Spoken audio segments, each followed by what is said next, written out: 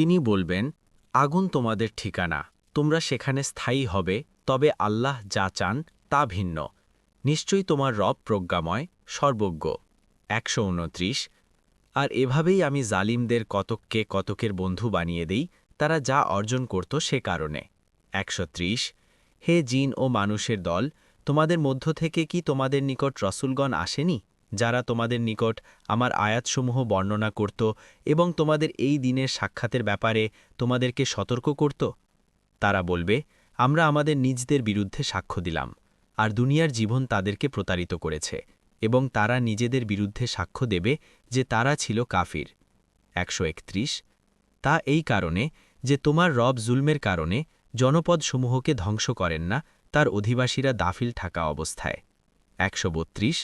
আর তারা যা করে সে অনুসারে প্রত্যেকের মর্যাদা রয়েছে, আর তোমার রব তারা যা করে সে সম্পর্কে গাফিল নন।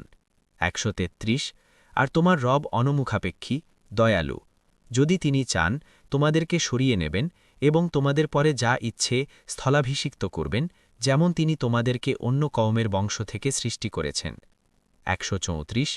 নিশ্চয়ই তোমাদেরকে যে ওয়াদা দেয়া হচ্ছে তা অবশ্যই আসবে, এবং এ ব্যাপারে তাকে তোমরা অক্ষম করতে পারবে না। ১৩৫। বল, হে আমার কওম, তোমরা তোমাদের অবস্থানে থেকে কাজ করো, নিশ্চয়ই আমিও কাজ করছি। অচিরেই তোমরা জানতে পারবে কার জন্য হবে আখেরাতের পরিণতি।